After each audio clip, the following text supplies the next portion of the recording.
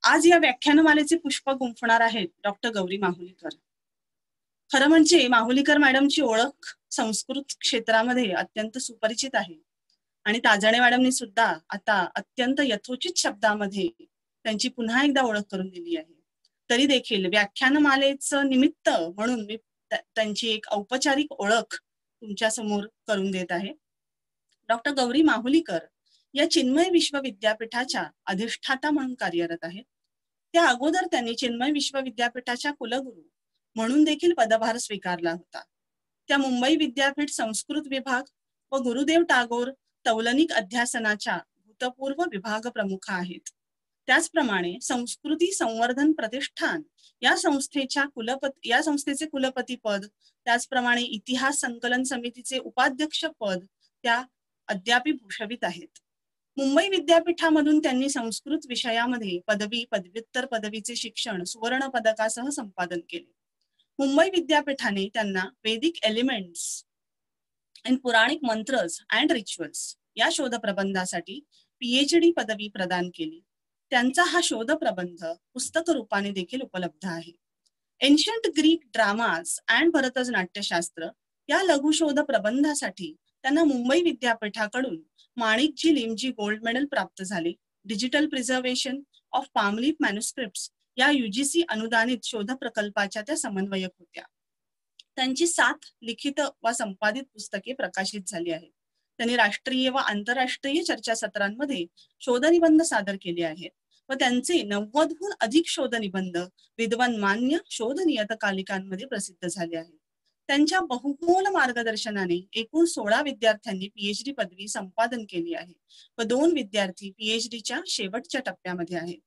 Canadian education फाउंडेशनचा आंतरराष्ट्रीय रामकृष्ण पुरस्कार, कला सदनचा गुरुगौरव पुरस्कार, महाराष्ट्र सरकारचा कवी कुलगुरू कालिदास संस्कृत साधना पुरस्कार, ब्राह्मण सेवा संघाचा संस्कृत पंडित पुरस्कार, शंकरमठम माटुंगा यांनी प्रदान केलेला आद्य शंकराचार्य पुरस्कार, मुंबई विद्यापीठाचा सावित्रीबाई फुले पुरस्कार, टिळक महाराष्ट्र विद्यापीठाचा इंदिरा बेहरे पुरस्कार अशा अनेक नामवंत पुरस्कारांनी संस्कृत क्षेत्रातील त्यांच्या कार्याची दखल घेऊन त्यांना गौरवान्वित केले आहे. भारतात त्याचप्रमाणे भारताबाहेर त्यांनी अनेक व्याख्याने दिली आहेत. गतवर्षीच सप्टेंबर-ऑक्टोबर महिन्यात त्यांनी अमेरिकेमध्ये विविध विद्यापीठांमध्ये संस्कृत, भारतीय विद्या, तत्वज्ञान अशा विविधांगी विषयांवर व्याख्याने घेतली. त्यामध्ये State University of New York, Buffalo, UPenn, Columbia, University of California, Berkeley, Pace University, University of Illinois Urbana या विद्यापीठांचा समावेश होता. अनेक विविध संस्कृत संबंधित कार्यक्रमामध्ये त्या निमंत्रणावरून व्याख्याने देत असतात. आताही लॉकडाऊनच्या काळामध्ये अनेक डिजिटल माध्यमांच्या सहाय्याने सतत त्या संस्कृत कार्यामध्ये रत आहेत. त्यांच्या कार्याला गौरी दिग्विजय असंच म्हणावंसं वाटतं. आजच्या त्यांच्या व्याख्यानाचा विषय आहे वैदिक संशोधनाच्या नव्या वाटा. तर मी आता डॉक्टर गौरी माहुलीकर मॅडमना विनंती करते की त्यांनी आपल्या व्याख्यानाला सुरुवात करावी. धन्यवाद शकुंतला. मला या व्याख्यानाच्या रूपाने पुन्हा एकदा डिपार्टमेंटमध्ये आल्याचं एक समाधान प्राप्त झालेलं आहे.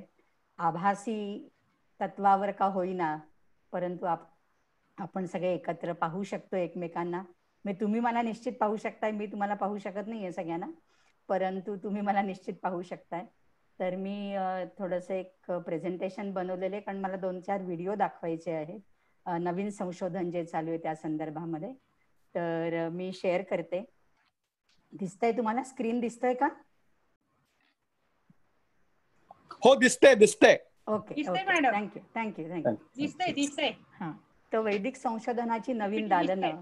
तर मुळात हे पाहताना ह्या वैदिक साहित्यामध्ये काय काय संशोधन झालंय आजवर, त्याचा एक धांडोळा घ्यायला हवा. मुळात पुष्कळ संशोधन झालेलं आहे, तरी पुष्कळ करण्यासारखं बाकी आहे. म्हणजे मुळातच एखाद्या हिंद महासागराच्या किनाऱ्यावर आपण उभे राहिलोय आणि एक ओंजळभर पाणी हातात घेतलंय.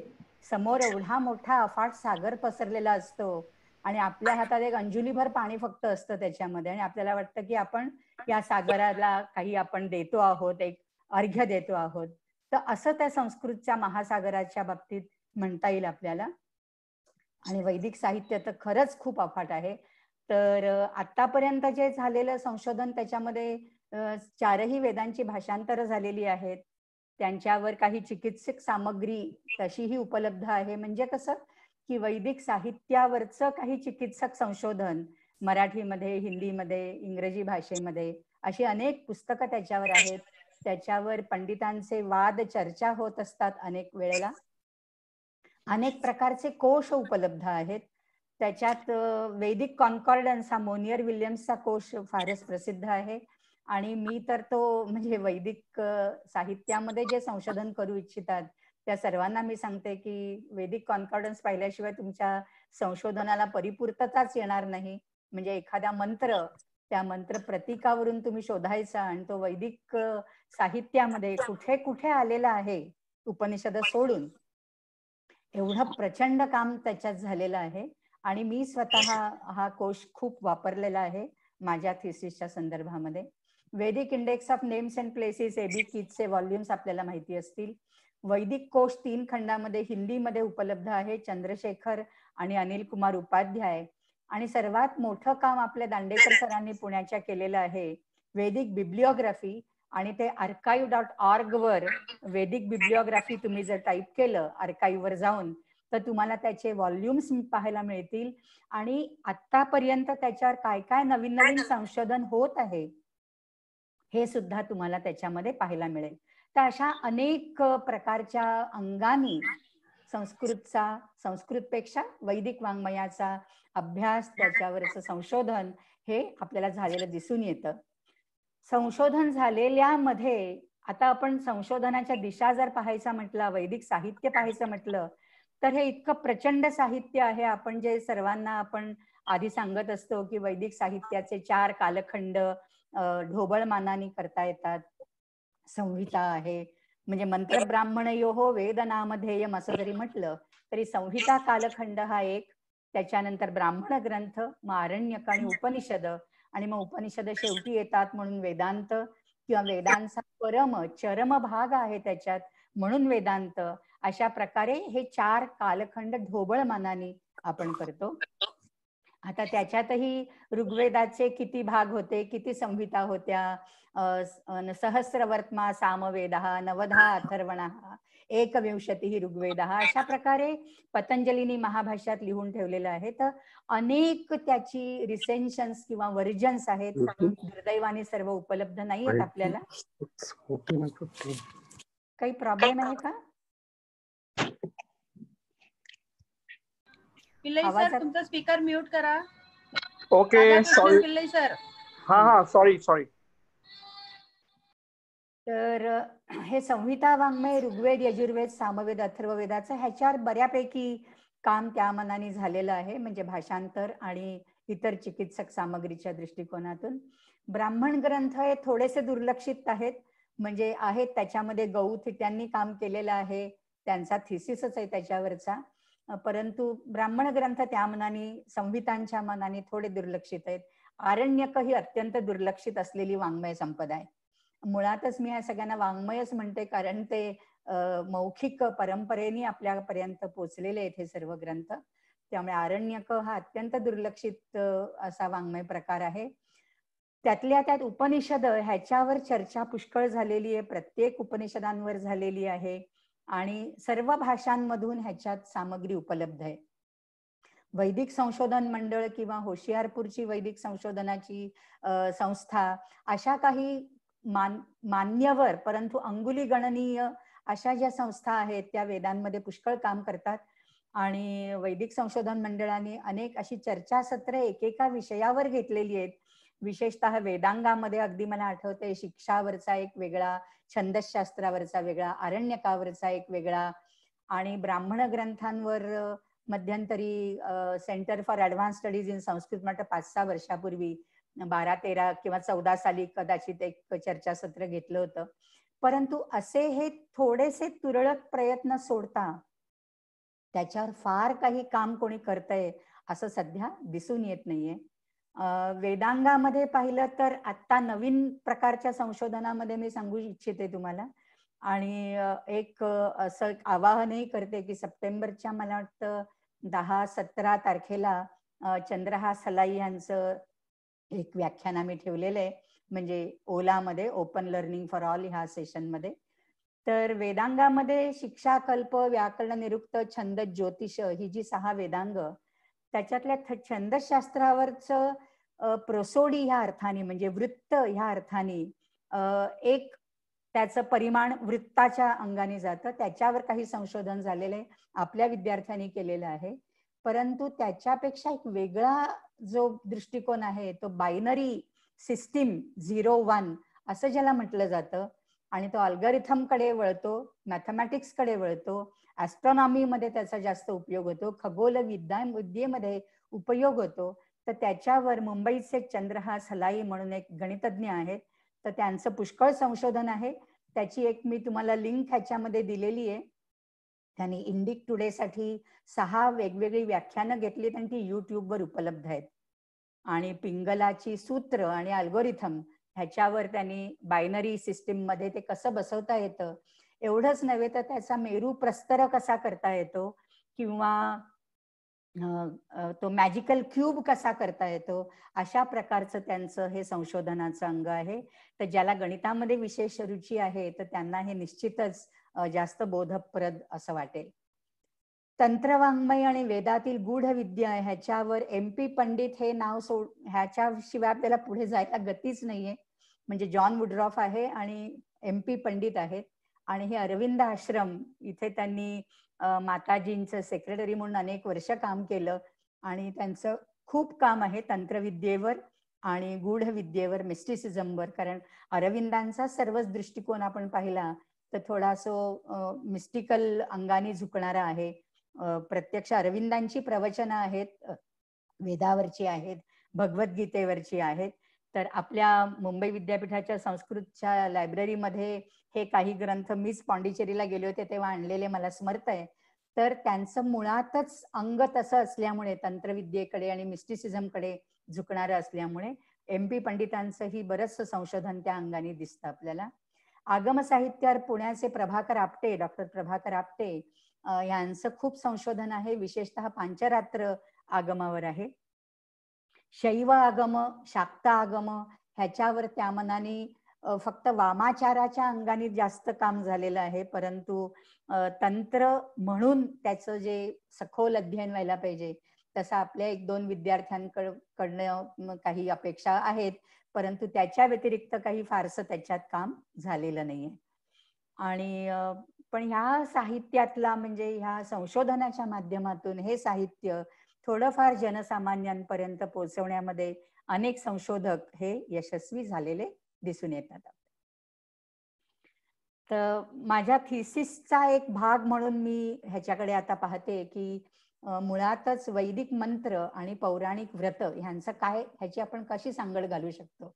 आपण कुठलाही पूजा विधी करताना श्रुती स्मृती पुराणोक्त असं करून आपण संकल्प करतो, आणि पौराणिक जी व्रत सांगितली असेल किंवा जे काही उत्सव असतात, अगदी सत्यनारायणाची व्रत कथा असो किंवा आता गणेश पूजन येत आहे, गणेशाचं व्रत असो, कुठचीही पूजा करताना काही मंत्र वेदांमधले हे अनायास म्हटले जातात. वास्तविक त्या मंत्रांचं तिथे प्रयोजन आहे का, संयुक्तिकता आहे का, ह्याचा कधी कधी विचार केला जात नाही, परंतु ते मंत्र म्हटले जातात. ह्याच्यावरच तर माझा थिसिस होता खरा तर. तर एक साधी गोष्ट, आणि हे मंत्र तिथे प्रयुक्त होण्याचं काही कारण आहे का, ही कारण मीमांसा करण्याचा एक थोडासा प्रयत्न या संशोधनात मी केला होता. ह्याच्यात तुम्हाला आणखीन काही पुढे गती मिळेल म्हणून मी हे सांगतेय. वास्तविक हे संशोधन पुस्तकद्वारा प्रसिद्ध झालेलं आहे. परंतु एखाद्या देवतेच्या प्रतिमेला गंध स्नान घालायचं असेल तर गंधद्वाराम दुराधर्षाम हा मंत्र म्हटला जातो. त्याचं मूळ खरं ऋग्वेदातल्या खिल सुक्तामध्ये, श्री सुक्तामध्ये तुम्हाला आढळतं. मी त्या श्रीची ती उपासना केलेली आहे, तिच्यामध्ये त्या उपासनेमध्ये गंधद्वाराम दुराधर्षाम हा मंत्र येतो. पण तुम्ही कोणत्याही देवतेचं, म्हणजे आता एखादं वापी कूप तडागादी खननम असं चाललेलं आहे आणि वरुणाची एक प्रतिमा केलेली आणि वरुणाचं पूजन करायचं, तर पुराणामध्ये हाच मंत्र वरुणाच्या प्रतिमेला सुद्धा गंध लावताना हाच मंत्र म्हणायला सांगितलेला आहे. म्हणजे कोणत्या देवतेचं पूजन करायचंय हे महत्वाचं नाहीये, गंध लावायचंय तर त्याला गंधद्वाराम दुराधर्षाम या मंत्राचं पठण होणं अत्यंत गरजेचं आहे. मधुपर्क देताना देवतेला मधुवाता ऋतायते माधवी संतुनहा वगैरे या जे मधुतृच म्हटल्या जातात, या मधु 3 ऋचा आहेत, तर त्या ऋचांचं पठण मधुपर्क देताना केलं जातं. दधी स्नान घालताना दधिक्रावन हे घोड्याचं नाव आहे. ऋग्वेदामध्ये दधिक्रावनचा म्हणजे विषय म्हणून, देवता म्हणून त्याचा उल्लेख केलेला आहे. तर त्याच्यात दधी हा शब्द आहे पहा, म्हणजे इथे वरती गंध हा शब्द आलाय, इथे दधी शब्द आलाय किंवा मधु शब्द आलाय, आणि म्हणून त्या शब्दांचं साधर्म्य जेव्हा कोणत्या पूजा विधीमध्ये येतं तर तिथे तो मंत्र म्हटला जातो. आता हे म्हणण्यामागे काय कारण असू शकतं?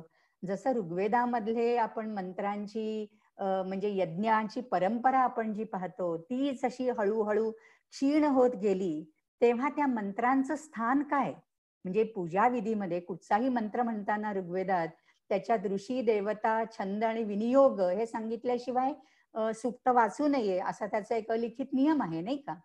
तर ह्या मंत्रांचं प्रयोजन कुठेतरी निघायला पाहिजे, त्याचं जतन व्हायला पाहिजे, संरक्षण व्हायला पाहिजे. ह्या दृष्टिकोनातून अशा प्रकारचं एक साधर्म्य त्याच्यात प्रस्थापित करून या मंत्रांची जोडणी त्या विधीशी करण्यात आलेली आहे. हे पौराणिकांनी दिलेलं आपल्याला मोठं योगदान आहे. म्हणजे मौखिक परंपरेतून जेव्हा ऋग्वेद आदी सर्व ग्रंथ आपल्यापर्यंत आले, ते तसे टिकवण्यामध्ये पुराणांचा मोठा सहभाग आहे. म्हणजे हे आर्बिट्ररीली उगीच काही वापरलेले नाहीयेत मंत्र, त्या प्रत्येक मंत्राच्या त्याच्या वापरामध्ये काहीतरी प्रयोजन आपल्याला दिसतं, हे त्याच्यात सांगायचंय. चित्रम देवाना मुदगाद अनीकम, आता हे ऋग्वेदातलं सूर्य सूक्तातला हा एक मंत्र आहे, ही ऋचा आहे. आणि त्याच्यामध्ये जेव्हा यजमान काही स्मरण करताना, इष्टदेवतेचं स्मरण करताना त्यांनी डोळे मिटलेले आहेत, तर डोळे उघडताना त्यांनी चित्रम देवाना मुदगाद अनिकम ही ऋचा म्हणायची. आता त्याचा आणि डोळ्याचा काही संबंध आहे का? अर्थार्थी जसा वरती गंध, मधु आणि दधी मध्ये संबंध दिसतो तसा इथं काही दिसत नाहीये. परंतु सूर्य हा जगतस्तस्तुसश्च आत्मा असं जरी म्हटलं तरी तो वरुणस्य आणि मित्रस्य चक्षुः म्हणून ब्रह्मदेवाने त्याची स्थापना आकाशामध्ये केलेली आहे. अशा अर्थाच्या ऋचा तुम्हाला ऋग्वेदामध्ये आढळतात. त्यामुळे सूर्याचा डोळ्याशी अत्यंत घनिष्ठ संबंध आहे, आणि म्हणून इथे डोळे उघडण्याची क्रिया करायची आहे तर ती कुठच्या तरी मंत्रांनी करायची. तर ज्याचा डोळ्याशी संबंध आहे त्या सूर्याची ऋचा इथे म्हणायला हवी. आता असंही म्हटलं जातं की मृत्यूनंतर जेव्हा वेगवेगळी इंद्रिय मनुष्याची त्या देवतेला जातात, तेव्हा डोळ्यातली जी शक्ती आहे ती सूर्यदेवाकडे जाते असं म्हणतात. प्राणशक्ती जी आहे ती वायूमध्ये जाते. अशा प्रकारे सर्व छांदोग्य उपनिषदामध्ये त्याचं वर्णन केलेलं आहे. अजून एक गोष्ट म्हणजे ह्या सर्व मंत्रांचा विनियोग करताना आपल्याला अजूनही एक गोष्ट लक्षात येते की वेगवेगळे जरी पूजा विधी असले तरी कुठच्या ना कुठच्या रूपामध्ये मंत्रांची सांगड त्या विधींशी घालून मंत्रांचं काय म्हणूया महत्व हे अधोरेखित केलेलं आहे आणि त्याला प्रमाणित करण्यात आलेलं आहे. तसं आप्यायस्व इंदो इंद्राय परिस्रव हा मंत्र म्हटलेला आहे आणि त्यांनी चंद्राचं आवाहन केलंय. जेव्हा तुम्ही नवग्रहांची पूजा करता, कुठच्याही पूजा विधीच्या वेळेला, आपण सत्यनारायणाच्या वेळेला करतो, तर तेव्हा चंद्राचं आवाहन करायचं. तर आप्यायस्व इंदो, कारण इथे इंदू शब्द आलेला आहे. वास्तविक इंदू हा शब्द इथे जो आलेला आहे तो सोमाचा बिंदू ह्या अर्थाने आलेला आहे, बरोबर. त्यामुळे ऋग्वेदामधली सोम ही देवता वेगळी आहे आणि ती वनस्पती मुख्य आहे आणि वनस्पतीचा रस ह्या अर्थाने आहे. आणि अथर्ववेदापासून आपल्याला असं दिसून येतं की सोम आणि चंद्र, म्हणजे ज्याला नंतर आपण सोमवासर वगैरे ज्याच्यावरून आलेला आहे शब्द, तर हे सोमाचं आणि चंद्राचं ऐक्य हे अथर्ववेदांच्या नंतरच्या काळामध्ये सुरू झालेलं आहे आणि तेच हाती धरून चंद्राचं आवाहन करताना आप्यायस्व इंदो इंद्राय परिश्रव, वास्तविक इंद्राला सोमरस अत्यंत प्रिय आहे. तर त्या इंद्रासाठी हे सोमरसा तू प्रवाहित हो असं सोमबिंदूला आवाहन केलं ह्या ऋचेमध्ये, परंतु ते चंद्राशी त्याची सांगड घातलेली आहे. अक्षन्नमी मदंतहा असा एक मंत्र आहे. आणि हमखास जेव्हा अक्षता व्हायच्या असतात देवतेला, आता गणपती पूजा कराल तेव्हा हे मंत्र सगळे लक्षात ठेवा की हे मंत्र म्हटले जातात का नाही आणि तुम्ही काय करता हे मंत्र म्हणून. वास्तविक अक्षन्नमी मदंतहा हा जो मंत्र आहे तो इंद्राच्या संदर्भात येतो. अक्षताशी त्याचा काही संबंध नाहीये, बरोबर.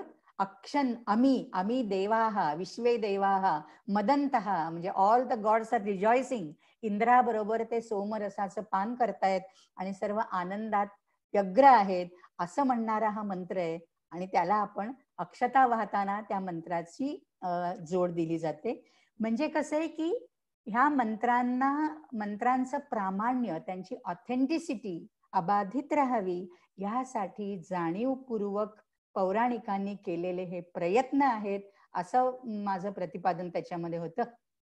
नाहीतर ह्या मंत्रांची एक परंपरा नष्ट झाली असती, आपण त्याला मुकलो असतो.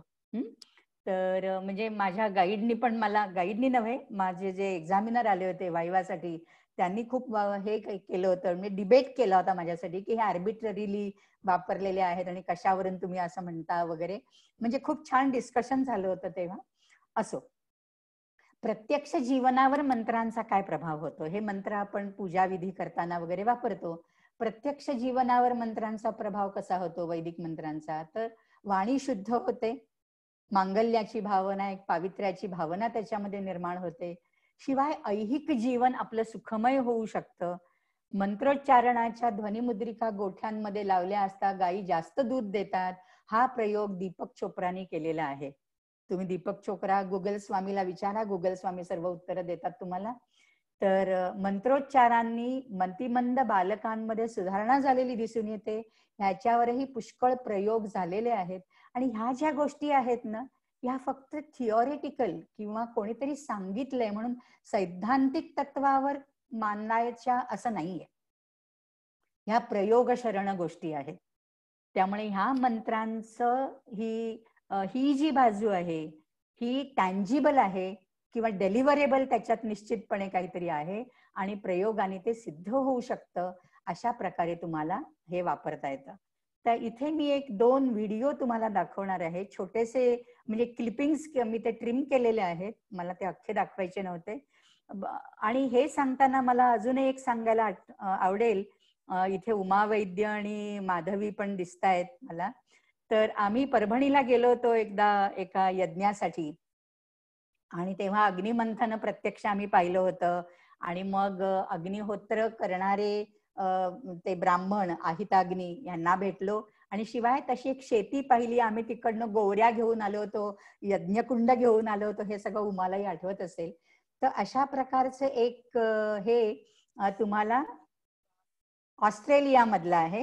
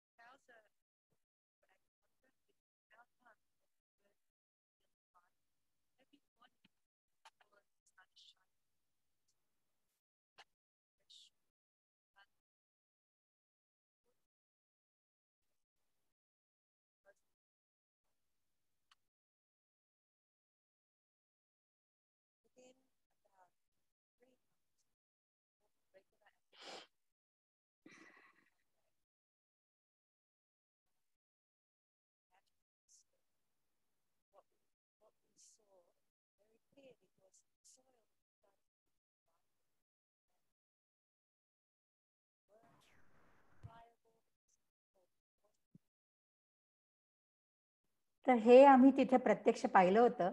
आणि दुसरं त्यांनी एक केलेलं आहे की ही जी राख आहे अग्निहोत्रातनं निर्माण झालेली, रोजच्या रोज अग्निहोत्र करून निर्माण झालेली जी रक्षा आहे, तर ती पाण्यामध्ये मिसळून ठेवतात आणि 3 दिवस ते पाणी सूर्यकिरणांना एक्सपोज करतात आणि मग त्याचा पेस्टिसाइड म्हणून फवारणी करताना वापर करतात. हा खूप मोठा व्हिडिओ होता, तर त्याचे मी 2 छोटे ट्रिम करून 2 छोटे केलेत आणि त्यात फवारणीचा भाग म्हटलं मी तोंडी सांगते तुम्हाला. आणि त्याच्यानी मी जे इथं म्हटलंय की परिणामतः पीक सकस येतं, झाडांना कीड लागत नाही, म्हणजे गायी ह्या अत्यंत आवश्यक गोष्ट आहे. अग्निहोत्र ही वैदिक परंपरा आहे. अग्निहोत्रासाठी गोवऱ्या गायीच्याच शेणाच्या लागतात, हा त्याच्यामधला मुख्य नियम आहे. आणि ते शेण आणि गायीचं मूत्र हे एकत्र करून जिथे झाडाला जिथे कीड लागलेली आहे तिथे झाडांना लावतात आणि त्याच्यामुळे ते झाडही पूर्ववत होतं. आणि असं तुम्ही मुंबईच्या जवळ उत्तनला आम्ही जिथं उमावेद्य असताना त्यांनी ही प्राच्यविद्या परिषद आपण कंडक्ट केली होती विभागातर्फे, तर तिकडेही अशा प्रकारचे प्रयोग होताना आपल्याला दिसून येतात. तर ह्या सर्व गोष्टी प्रयोगशीलतेला प्राधान्य देणाऱ्या आहेत. तर आणि त्याच्यातनं पीक तर खूप छान येतं. तर ही अजून एक दुसरी एक छोटीशी स्लाइड आहे, दुसरा एक छोटा व्हिडिओ.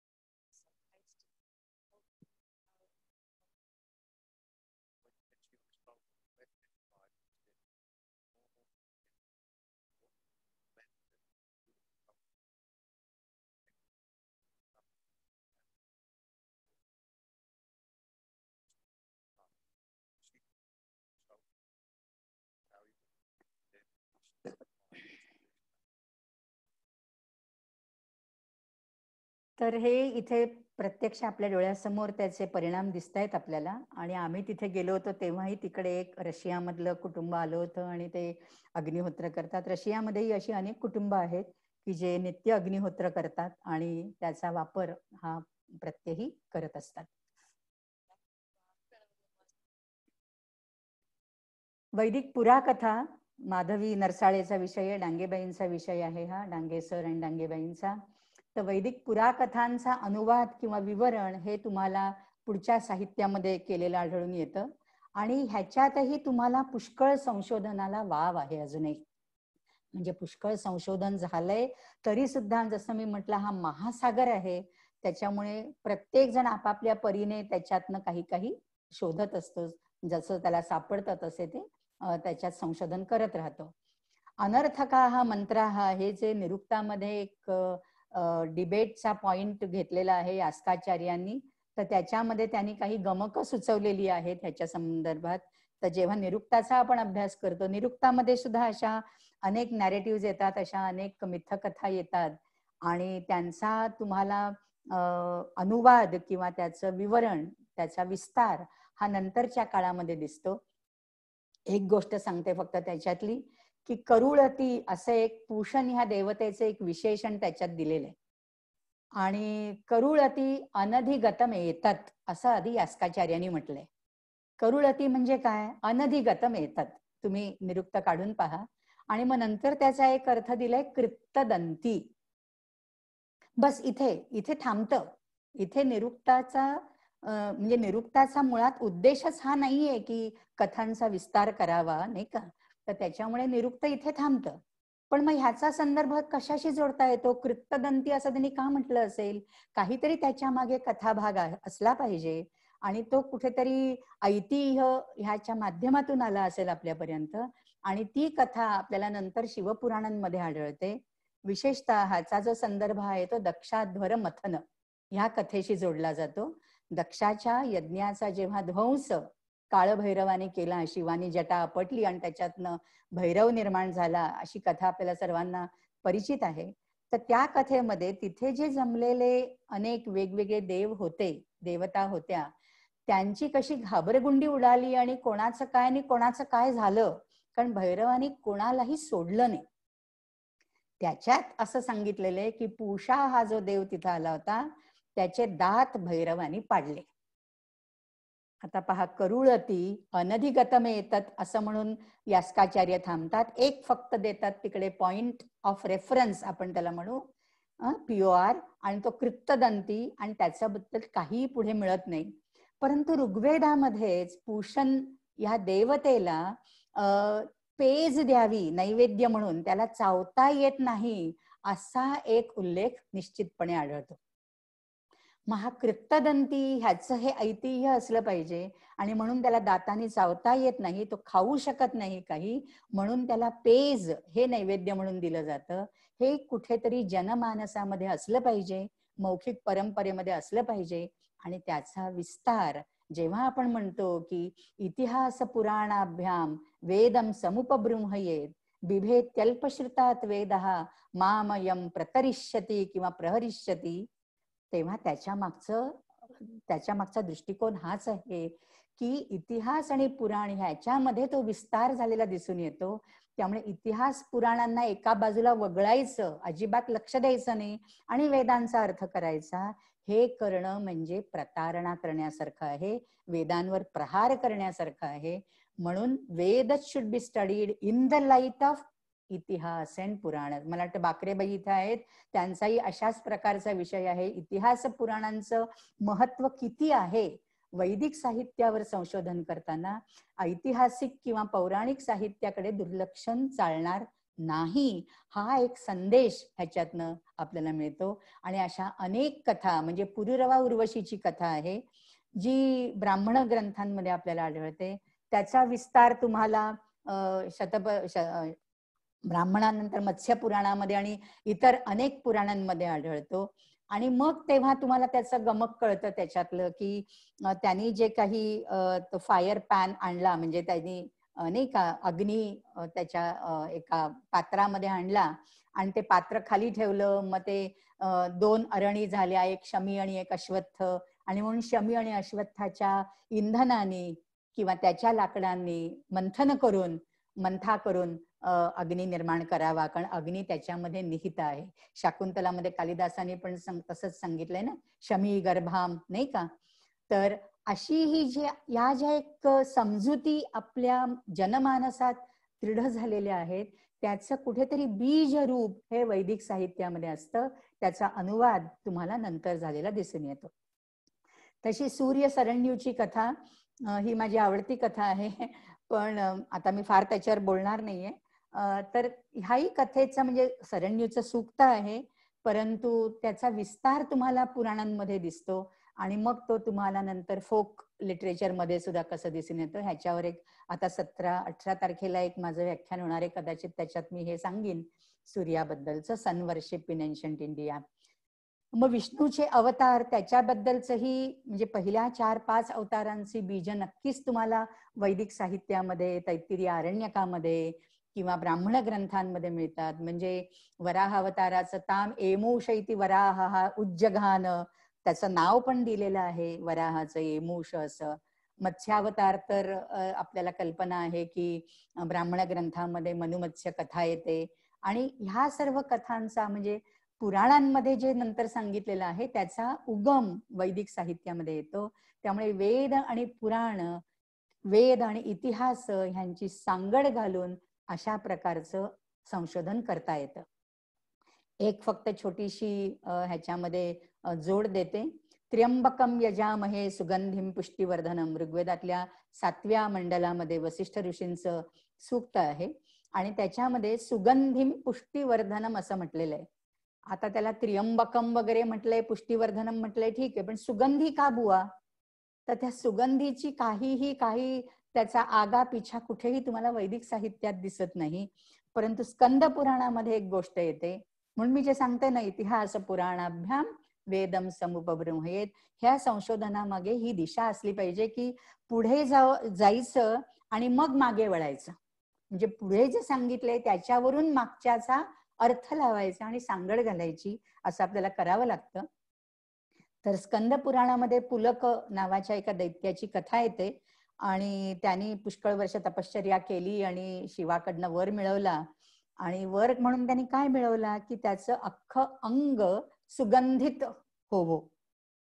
भोळा सांब त्यांनी त्याला वर देऊन टाकला. त्या वराचा उपयोग मात्र ह्यांनी गैर उपयोग करायला सुरुवात केली आणि सर्व दैवी स्त्रियांना, देवतांच्या स्त्रियांना आपल्या कैहात आणण्याचा एक प्रयत्न त्यांनी सुरू केला. देव घाबरले सगळे, अरे हे काय चाललंय, आमच्या बायका आमच्यापासून दूर चालल्यात, त्याच्या मागे धावतायत वगैरे, दैत्याच्या मागे त्या. आणि मग ते सगळे शिवाकडे आले की बाबा रे तूच आता सांभाळ, आम्हाला ह्याच्यातनं दूर कर. आणि मग शिवानी पुलकाला बोलवलं, तो त्याचा भक्त आहे, आणि सांगितलं की तू त्या शरीराचा त्याग कर आता, कारण मला आमच्या देवांची मंडळींचं सगळं सौख्य बघायला पाहिजे. तर मग त्याने सांगितलं ठीक आहे, मी माझ्या देहाचा त्याग करीन, तुम्ही सांगितलंय तर देवापुढे माझं काहीच म्हणणं नाहीये, पण माझी एक अट आहे की हा सुगंध तुम्ही घ्यावा माझा. आणि मग शिवानी हो म्हटलं आणि तो मृग मदासारखा सुगंध शंकराने आपल्या सर्वांगाला, त्याचा मेद जो आहे त्या राक्षसाच्या शरीराचा, तो मेद त्यांनी अख्ख्या शरीराला एक उठण्यासारखा लावला आणि तो सुगंधित झाला. त्यामुळे त्र्यंबकम यजामहे सुगंधिम पुष्टिवर्धनम, तिथे त्याची आपल्याला काही ओळख पटत नाही, हे सुगंधी शब्दाचं काय सिग्निफिकन्स काय हे काही कळत नाही. आणि हे नंतर तुम्हाला स्कंद पुराणातल्या त्या गोष्टीमधनं कळतं. आणि मग शिवानी पार्वतीला, शिव पार्वतीचा जो एक महामैथुनाचा प्रकार, तो नंतर स्कंद पुराणात वर्णन केलेला आहे. तर ह्या मृगमदाचा परिणाम स्वरूप आहे. व्याकरण आणि निरुक्ताच्या संदर्भात अनेक प्रकारचं अध्ययन करता येणं शक्य आहे, होतंय सुद्धा अजूनही.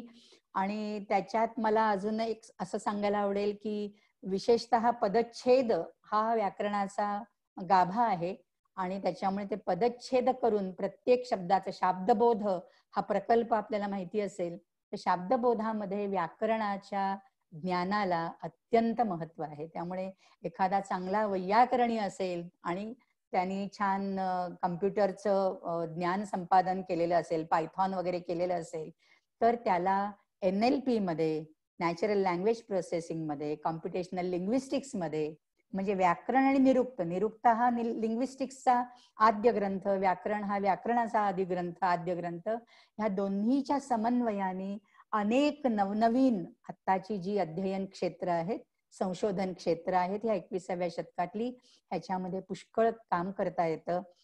AI किंवा आर्टिफिशियल इंटेलिजन्स हा सध्याच्या जगातला एक की वर्ड मानला जातो. तर या आर्टिफिशियल इंटेलिजन्स म्हणजेच हे जे मशीन ट्रान्सलेशन्स किंवा कम्प्युटेशनल लिंग्विस्टिक्स, ह्या सर्वासाठी व्याकरण आणि निरुक्त या दोन्हीचं अध्ययन आणि त्या संदर्भात होणारं संशोधन हे अत्यंत पूरक ठरणार आहे. त्यामुळे जे नवीन संशोधक ह्या क्षेत्रात येऊ इच्छितात, अनेक विद्यार्थी असतील ह्या श्रोतृवृंदामध्ये, PhD करू इच्छिणारे असतील, करणारे असतील, तर त्यांना ह्या नव्या दिशा किंवा नव्या वाटा नक्की खुणावतील असा मला विश्वास आहे. आतापर्यंत मी जे सांगितलं त्याच्यामध्ये भाषांतराच्या दृष्टीने पुष्कळ काम झालेलं आहे असं मी म्हटलं होतं तुम्हाला, परंतु सांस्कृतिक किंवा सामाजिक शास्त्रीय दृष्टिकोनातून, समाजशास्त्रीय दृष्टिकोनातून फारसं संशोधन झालेलं नाहीये, काही अपवाद वगळता निश्चितच. तर सांस्कृतिक संश्लेषण ह्याची उदाहरणं घेऊन, कल्चरल ॲसिमिलेशन ह्याची उदाहरणं घेऊन नवीन संशोधन करायला पुष्कळ वाव आहे.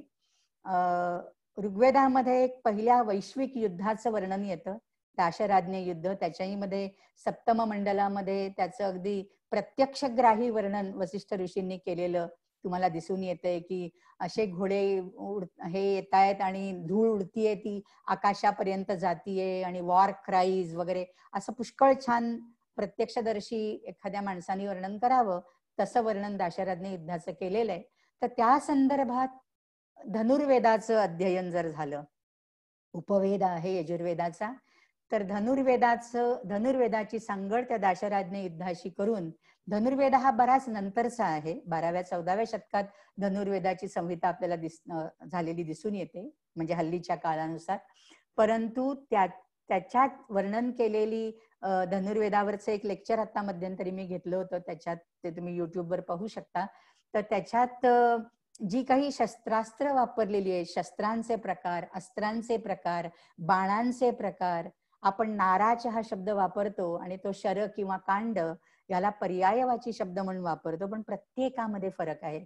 कांड किंवा शर किंवा नाराच हा लोखंडाचा शर आहे, लोखंडाचा बाण आहे. असे त्याच्यामध्ये पुष्कळ टॅक्सॉनॉमी दिलेली आहे, पुष्कळ भेद दिलेले आहेत. तर अशा प्रकारे जर संशोधन केलं तर युद्धशास्त्राविषयी अधिक माहिती आपल्याला मिळू शकते. एन्शंट वॉरफेअर ह्याच्याबद्दलचं संशोधन करायला ह्याच्यामध्ये वाव आहे. तर सामाजिक परिस्थिती, कारण दाशराज्ञ युद्धामध्ये सौदास जो होता त्याच्या दिवोदासाचा पुत्र सुदास, त्याच्या विरोधात 10 राजे एकत्र आले आणि त्याच्यामध्ये ते यदु, द्रुह्यू, पुरु, तुर्वशू वगैरे आहेत आणि शिवाय काही ट्राईब्स आहेत. तर त्यांचा समाजशास्त्रीय दृष्टिकोनातून अभ्यास करणं किंवा आत्ताच्या भूगोलामध्ये, आत्ताच्या इतिहासामध्ये त्यांना कुठे बसवता येईल ह्या विषयीचं संशोधन, असं श्रीनिवास कल्याणरामन किंवा श्रीकांत तलगेरी आत्ताचे जे लेखक आहेत त्यांची 3-4 पुस्तकं वैदिक साहित्यावर उपलब्ध आहेत, वेद आणि अवेस्ता मुख्यतः. तर ती जिज्ञासूंनी अवश्य पाहावीत. तर अशा प्रकारचं संशोधन निश्चितपणे करता येईल. जनजातींचा इतिहास या दृष्टिकोनातून, म्हणजे भारतीय इतिहास संकलन समितीची मी एक कार्याधिकारी आहे, त्या दृष्टीने मला असं वाटतं की अशा प्रकारच्या जनजातींचा इतिहास होणं ही सुद्धा एक गरज आहे. आता अथर्ववेदात आणि आयुर्वेदाविषयी बऱ्याच प्रकारे संशोधन झालेलं आहे आणि असे वेगवेगळे निघंटू पण त्याच्यातनं निष्पन्न झालेले आहेत, म्हणजे ग्लॉसरी ऑफ वर्ड्स असेही तयार झालेले आहेत.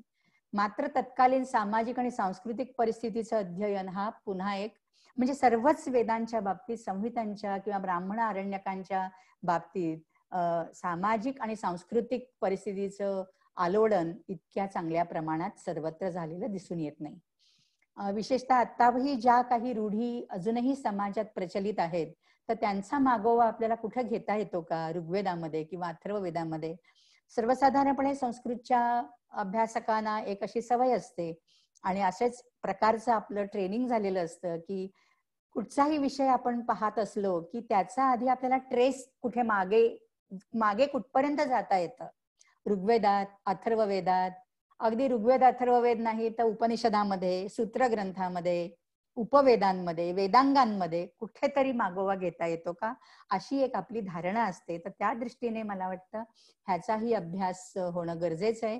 आणि जसं सायणाचार्यांनी सांगितलं होतं अथर्व भाष्य लिहायच्या अगोदर की व्याख्याय वेद त्रितयम आमुष्मिक फलप्रदम ऐहिकामुष्मिक फलदम चतुर्थम व्याचिकीर्षती.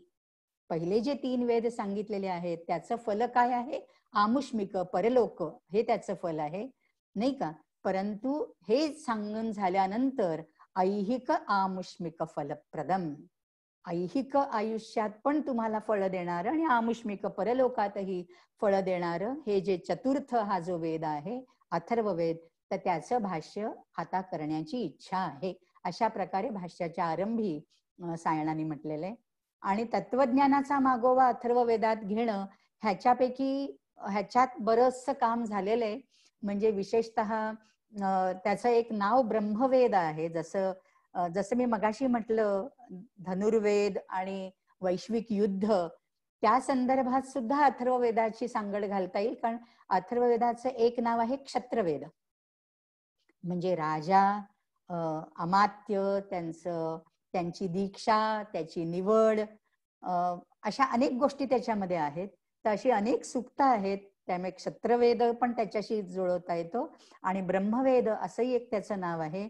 आणि ब्रह्म म्हणजे उपनिषदातलं ब्रह्म, ब्रह्म म्हणजे मंत्र, अशा अनेक प्रकारे ब्रह्मची 4-5 प्रकारे ब्रह्मची तुम्हाला निरुक्ती करता येते. परंतु तत्वज्ञानाचा मागोवा अथर्ववेदामध्ये घेणं, विशेषतः स्कंभ सूक्त वगैरे, म्हणजे अशा प्रकारे ऋग्वेदाच्या बाबतीत झालेलं आहे की नासदीय सूक्त आहे, पुरुष सूक्त आहे, अस्यवामीय सूक्त आहे, आणि दक्ष सूक्त आहे आणि हिरण्यगर्भ, अशा सगळ्या सूक्तांचा मागोवा पुरुष सूक्त वगैरे असा घेतलेला आहे फिलॉसॉफीच्या दृष्टिकोनातून. पण अथर्ववेदामध्ये अथर्ववेदाची सांगड तत्वज्ञानाशी फारशी घातली जात नाही, तर त्याच्यामध्ये सुद्धा पुष्कळ वाव आहे. अथर्ववेदातली जी अभिचार कर्म आहेत, तर अथर्ववेदातल्या 5व्या कांडामधलं 13वं सूक्त, तर हे सर्पदंशावर उपचार म्हणून या सूक्ताचं पठण करतात. आणि जिथं सर्पदंश झालाय त्या ठिकाणी एक मोठं पांढरं वस्त्र घट्ट बांधायचं, थोडंसं रक्त बाहेर काढायचं त्याच्यातलं एखाद्या तीक्ष्ण अशा सुईने किंवा कशाने, आणि गवताची एक जळती मशाल, म्हणजे गवताची एक जुडी करायची, त्याची मशाल करायची पेटवून, आणि ती सापाच्या वारुळाच्या दिशेने फेकायची. हा सगळा विनियोग आहे. 5-13 हा मंत्र म्हणताना त्या पेशंटला तिथे काहीतरी थोडीशी ट्रीटमेंट द्यायची आहे, आणि त्याच वेळेला अशा प्रकारचं अशी एक समजूत आहे की गवताची ती जुडी पेटवून त्या दिशेने फेकली, ज्या दिशेने तो सर्प आला, ज्या वारुळातनं, तर त्या सर्पाचा मृत्यू होईल. आणि त्याला मंत्र म्हटलेला आहे, 14वा मंत्र आहे त्याच्यातला, अहे म्रियस्व मा जीवी प्रत्यगभ्ये तुत्वा विषम. हे आहे डायरेक्ट त्या अहिला संबोधन करून, मरून जा आता तू, मा जीवी ही, अजिबात जगू नको. 2दा खात्री करून घेतली अन्वय व्यतिरेक प्रकाराने. प्रत्येक अभ्येतुत्वा विषम, तू जो दंश केला आणि जे विष या माणसाच्या अंगात भिनू पाहतय ते तुझ्याकडे परत जावो, म्हणजे हा मनुष्य निर्विष होवो, हा बरा होवो रोगी, अशा प्रकारे. तर आजही खेड्यापाड्यांमध्ये मांत्रिकांद्वारे असे उपचार केले जातात. ते पहिल्यांदा डॉक्टरकडे जात नाहीत.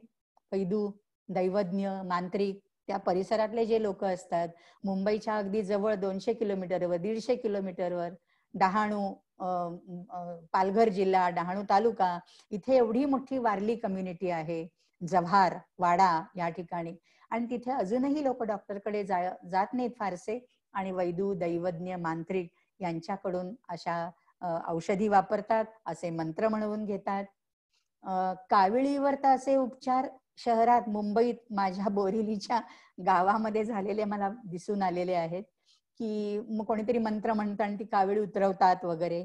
आता ह्याच्यात अंधश्रद्धा आहे असं नाही मी म्हणत, ह्या काहीतरी समजुती आहेत. त्या मंत्रांच्या मागे काहीतरी शक्ती आहे.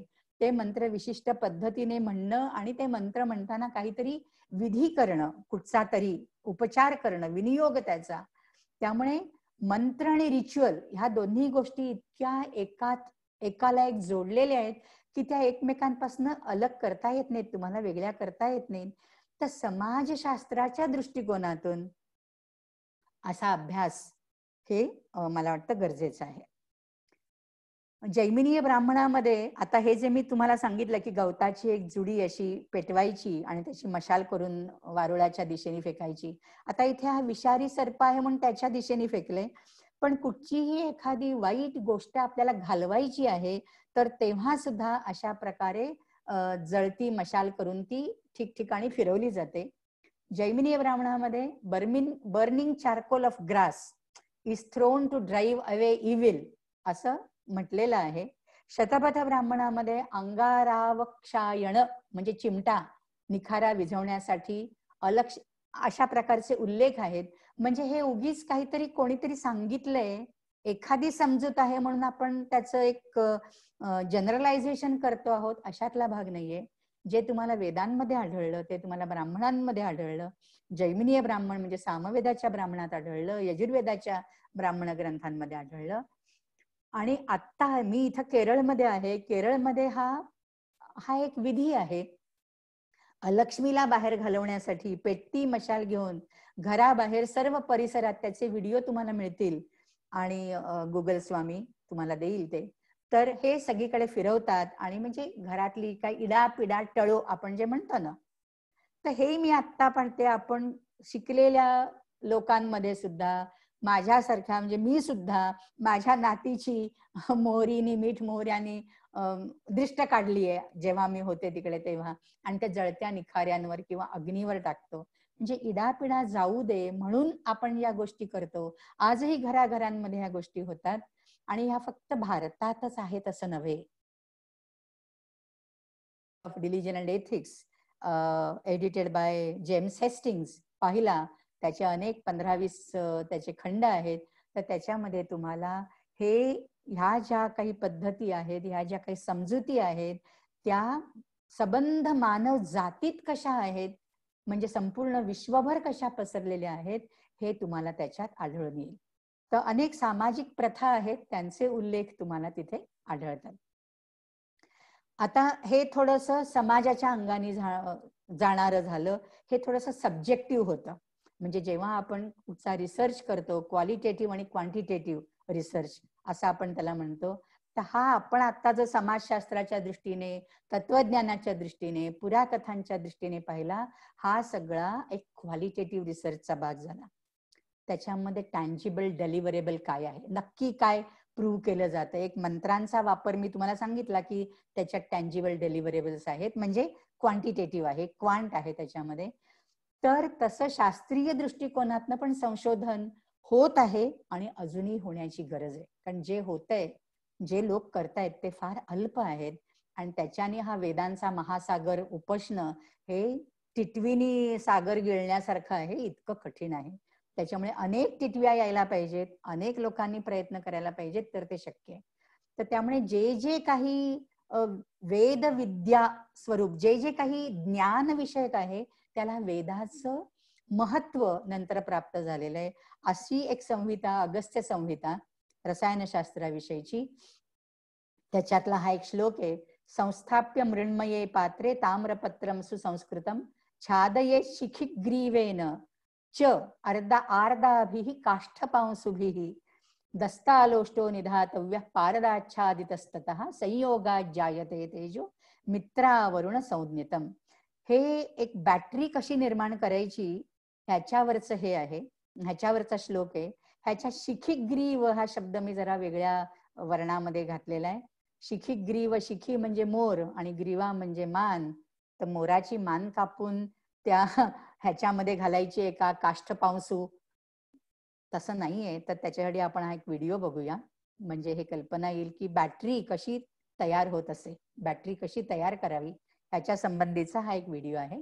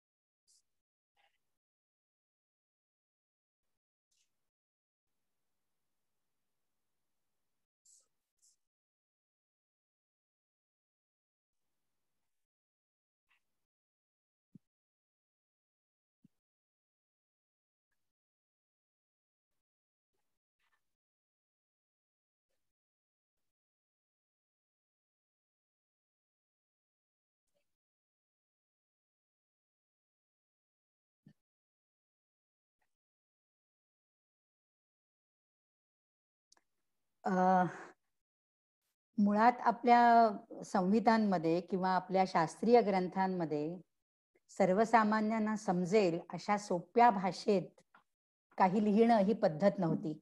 कारण हे जे ज्ञान आहे ते सर्वांना द्यायचं नाही अशातला भाग नव्हता, पण त्याचा गैरवापर होऊ नये, कुठेतरी विध्वंसासाठी त्याचा उपयोग होऊ नये म्हणून ते एनकोड केलं जात होतं. हल्ली आपण म्हणतो ना एनक्रिप्टेड मेसेज, तुम्हाला व्हॉट्सअपवर वगैरे पण दिसतं, झूमवर येतं एनक्रिप्टेड मेसेजेस. तर इट वॉज ऑल एनक्रिप्टेड. आणि मग त्याचा जर अर्थ तुम्हाला नीट लावता आला तर तुम्हाला ते कुठची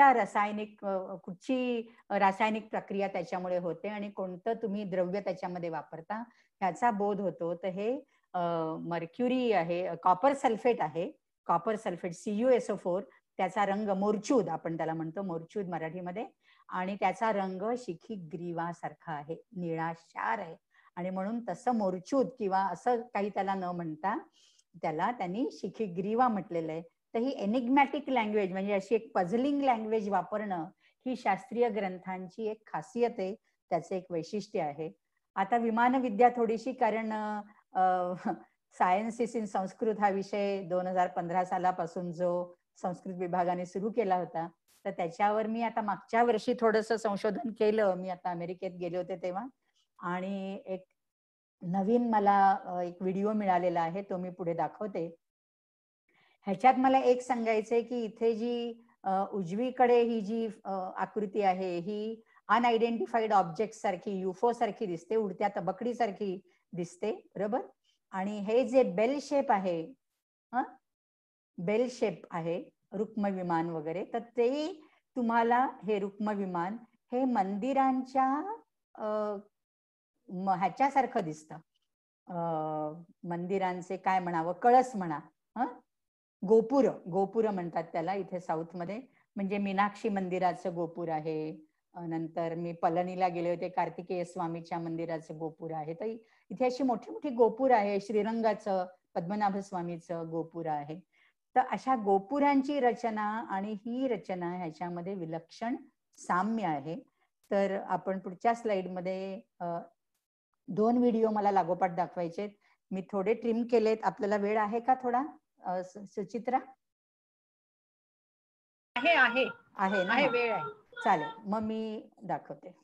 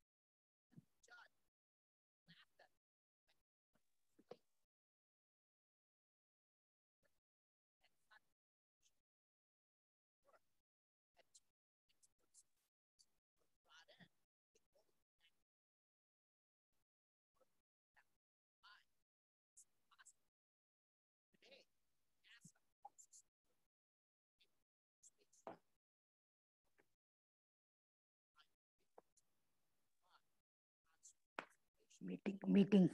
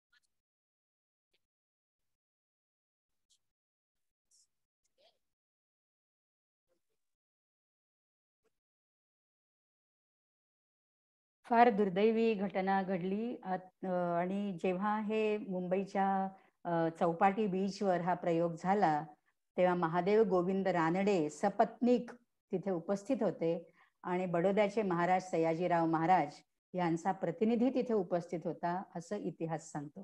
परंतु त्यांना मान्यता मिळाली नाही.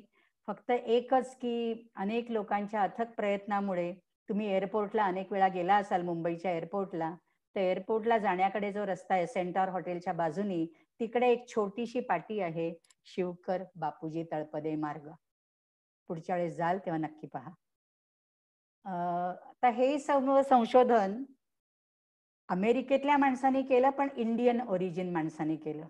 आपल्याकडे कशी आपली भावनिक गुलामी आहे, अजूनही दास्यत्वाची भावना आहे की आपण केलेलं आपल्याला पटकन पटत नाही आणि ते बाहेरनं आलं इम्पोर्टेड की ते चांगलं वाटतं किंवा ते खरं वाटतं आणि आपल्याला वाटतं आपण जे सांगतो ते we are basking in old memories किंवा आपण वृथा अभिमान दाखवतो. तर हा जो आता व्हिडिओ मी तुम्हाला दाखवणार आहे हे मला मागच्या वर्षी उपलब्ध झाला. हा कॅलिफोर्निया आयर्विन कॅम्पस मधला आहे आणि तिथल्या एरोडायनामिक्स असं एक मॉडेल बनवलंय आणि तिथल्या माणसांनी संशोधन केलेलं आहे आणि त्याची मुलाखत घेतलेली आहे.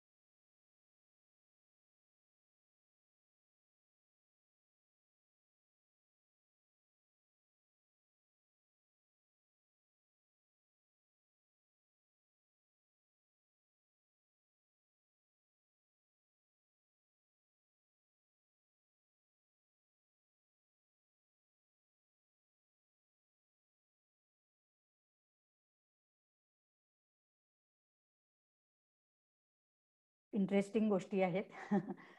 तर आता मी शेवटाला येते आहे. 1 तास होऊन गेलाय, त्याच्यामुळे माझी वेळ संपली आहे खरी. तर अजून जी काही क्षेत्र आहे की ज्याच्यामध्ये अजून पुष्कळ काम करता येण्यासारखं आहे, तर वैदिक वाङ्मय आणि पुरातत्वविद्या, मानववंशशास्त्र, आता कल्चरल अँथ्रोपॉलॉजी अशी त्याची आणखीन सब ब्रांच निघालेली आहे, वैदिक साहित्य आणि खगोलशास्त्र, समाजशास्त्र, मी आधीपासून म्हटलं तसं, इतिहास, भूगोल आणि आधुनिक विज्ञान. तर आधुनिक विज्ञानाच्या बाबतीत हे 2-4 व्हिडिओज पाहिले की मला असं वाटतं आपण जेव्हा काही दृश्य स्वरूप पाहतो तर तेव्हा जास्त आपल्याला त्याची प्रचिती येते किंवा ते खरं आहे असं वाटतं. नुसतं जेव्हा वाचतो तेव्हा वाटतं नाही काय कोणीतरी काहीतरी लिहून ठेवलेलं आहे. तर त्याच्यावर आधारित जेव्हा संशोधन केलं जातं, मला वाटतं हे संशोधन 2017ला आहे, एप्रिल 2017 त्यांनी तारीख सांगितली. आणि उमाविद्यांना आठवत असेल आपण जो केला होता सेमिनार आणि त्याच्यामध्ये विमानविद्या हा एक भाग होता, भारद्वाजाची विमान संहिता, तर ते 2015ला झालं होतं. आधी जर झालं असतं तर अनेकांची तोंड तेव्हा आपल्याला बंद करता आली असती. ते दुर्दैवाने झालं नाही, पण कारण आपल्याकडच्या लोकांनी अशा प्रकारचं संशोधन केलं नाही. आपल्याला कदाचित तशी साधनं नसतील आपल्याकडे, किंवा तशी थोडीशी एक इच्छा पण लागते. म्हणजे इच्छाशक्ती हवी, ज्ञानशक्ती आपल्याला वेद देते, इच्छाशक्ती आपल्याला हवी आणि क्रियाशक्ती ती कार्यान्वित व्हायला पाहिजे आपली इच्छा. तर ह्याच्यातनं खरंच काहीतरी चांगलं संशोधन बाहेर पडेल. आणि अजून पुष्कळ गोष्टी करण्यासारख्या आहेत. आपण मध्ये हस्तलिखितावरचं एक व्याख्यान ऐकलंय. अशी अनेकानेक हस्तलिखितं पडून असतील कुठे कुठे, मठा मंदिरांमध्ये, कोणाकोणाच्या घरांमध्ये, पूजांमध्ये असतील. त्याची पूजा करण्यात काही खरं स्वारस्य नाहीये. त्याच्यातलं जे वाङ्मय आहे, त्यातलं साहित्य जे आहे ते बाहेर यायला पाहिजे, त्याच्यावर संशोधन व्हायला पाहिजे. तर अशा अनेकानेक वाटा संशोधनाची, अशी अनेकानेक दालनं मला वाटतं तुमच्या सर्वांच्या समोर आहेत. तर ह्याचा जेवढा लाभ घेता येईल तेवढा मंडळींनी घ्यावा. आणि मला इथे बोलवलं त्याबद्दल म्हणजे मला हे खरं मातृगृही आल्यासारखं वाटतंय पुन्हा, की अनेक माझी सगळी बाकरेबाई, डांगेबाई फक्त नाहीये तिकडे, परंतु सगळी बाकी मंडळी आतापर्यंतची आहेत. वैद्यबाई आहेत, परिणिताचं पण नाव मी कुठेतरी वाचलं. तर तुम्हाला सर्वांना बघून मला खूप बरं वाटलं. आणि बस मी आता इथे माझ्या वाणीला विराम देते. धन्यवाद, नमस्कार. Thank you madam. म्हणूनच मी म्हटलं होतं की कोरोनामुळे आपण दूर दूर आहोत, पण उलट एकाच ठिकाणी सगळे जमा झालेलो आहोत. भवनामध्ये, संस्कृत भवन म्हणावं किंवा माझं घर म्हणा, ह्याच्यामध्ये सगळे संस्कृतची जेवढी काही व्यक्ती आहेत ते सगळे एकत्रित आलेले आहेत असं मला जाणवतं. अतिशय सुंदर आपलं व्याख्यान होतं. आणि म्हणून जसं शकुंतलेने उल्लेख केला की बाई म्हणजे काय, तर बाईचा गौरी दिग्विजय हे नाव त्यांना शोभून दिसतं. तसंच वेदविद्या गुरु हे सुद्धा नाव तुम्हाला अगदी शोभून दिसेल.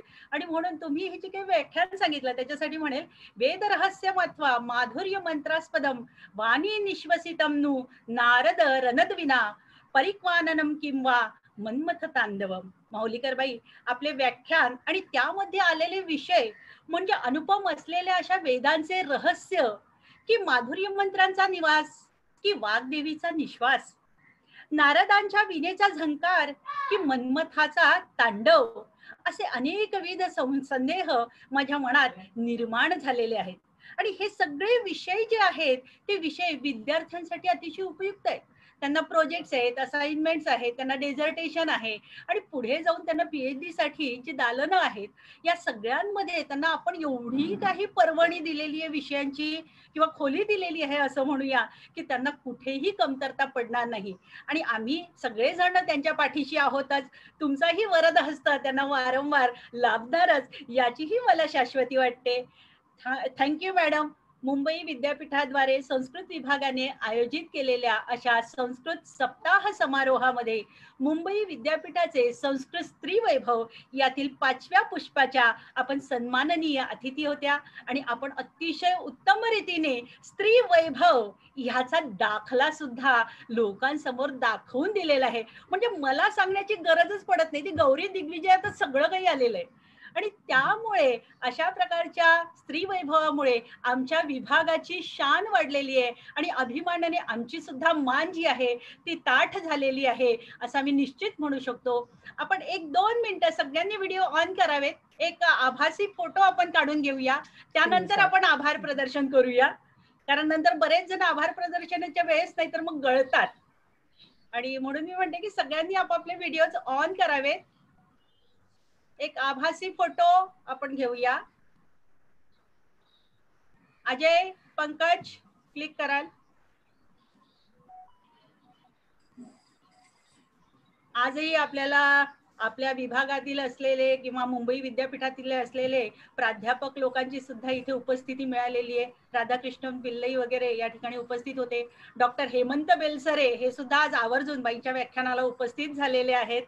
अलकाबाई, आपल्या अलका बाकरेबाई, आशा बाकरेबाई या सुद्धा आपल्यासोबत नेहमीच असतात. म्हणजे सगळ्या व्याख्यानांना त्यांनी उपस्थिती दिलेली आहे. त्यांचे सुद्धा धन्यवाद. आपली सर्व शिक्षक मंडळी, शिक्षकेतर मंडळांनी सुद्धा यामध्ये सहभाग घेतलेला आहे, त्यांचेही धन्यवाद. माधवी मॅडमना मी संपूर्ण आभार प्रदर्शनासाठी म्हणून या ठिकाणी बोलवते आहे. माधवी मॅडम. नमो नमः. आता अत्यंत चिकित्सक दृष्टीने माहुलीकर मॅडम यांनी त्यांच्या विषयाची मांडणी केली आणि मूलगामी पद्धतीने त्यांनी त्यांचा विषय मांडला आणि त्यांची पद्धतच म्हणजे जेव्हा मी त्यांचे रिसर्च पेपर्स ऐकलेले आहेत किंवा त्यांच्याबरोबर चर्चा केलेली आहे तेव्हा मुळाशी जायचं आणि मग हळूहळू हळूहळू एखादी कळी कशी उमलत जावी तसा तो विषय जो काही आहे तो विषय फुलत जातो. तसंच त्याची प्रचिती आता आपल्याला मिळाली. आणि एक संशोधनाविषयी असं म्हटलं जातं की नामूलम लिख्यते किंचित, म्हणजे पुराव्या वाचून काहीही सादर केलं जाऊ नये. तर त्यांनी त्यांच्या भाषणामध्ये व्याख्यानामध्ये त्यांनी पुरेसे दाखले दिलेले आहेत आणि नुसतेच दाखले नाही तर ते दृश्य स्वरूपातले दाखले आहेत, नुसते शाब्दिक दाखले नाही आहेत. आणि मलाही खरंच असं वाटलं की जर हे व्हिडिओ जर आपल्याला आधी मिळाले असते तर इंडियन सायन्स काँग्रेसमध्ये जो गदारोळ झाला तर तिथे काहीतरी तरी उत्तर द्यायला आपल्या हातात काहीतरी राहिलं असतं असं मला वाटतं. असो, बेटर लेट दॅन नेव्हर. आता परत कोणी विषय काढले तर हे पुरावे आहेतच.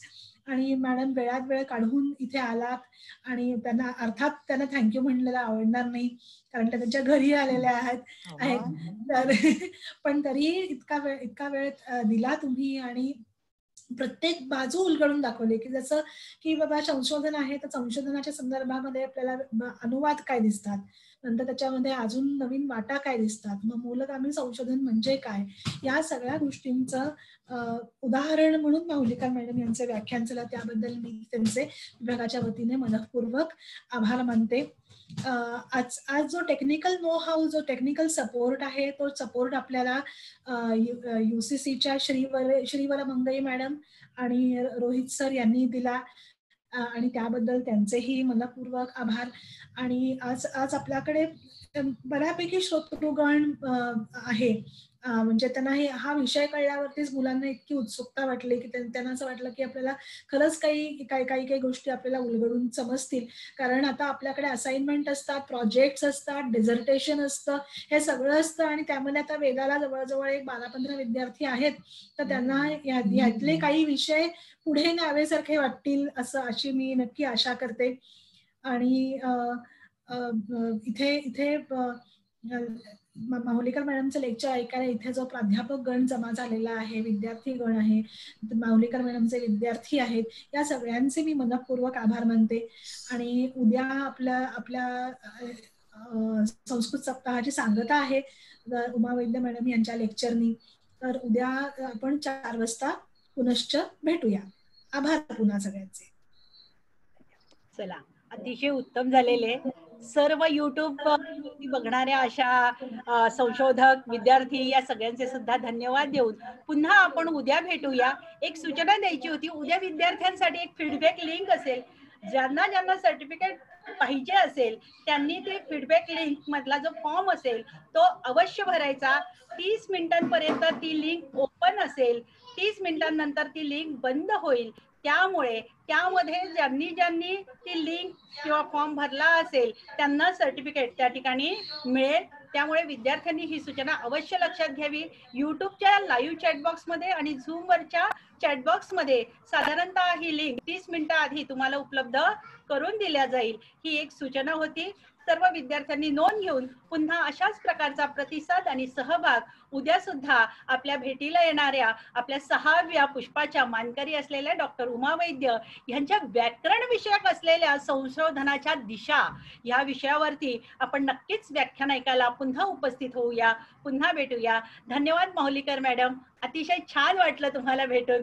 तुम्ही जणू काही माझ्या घरीच आलेला आहात असंच मला भास या ठिकाणी होतो आहे. थँक्यू.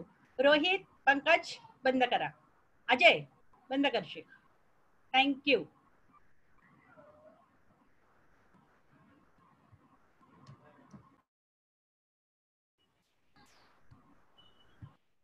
मॅडम मला बंद नाही करता येणार आहे कारण मी होस्ट नाही आज.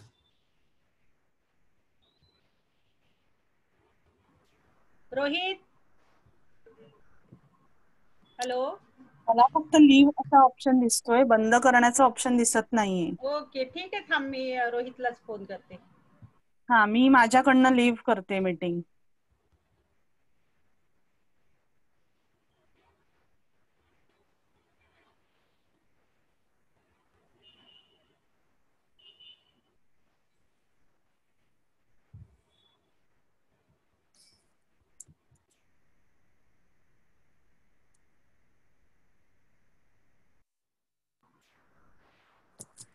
हॅलो. हा, मीच बंद करते. मला आला ऑप्शन एंड मीटिंग म्हणून. हॅलो.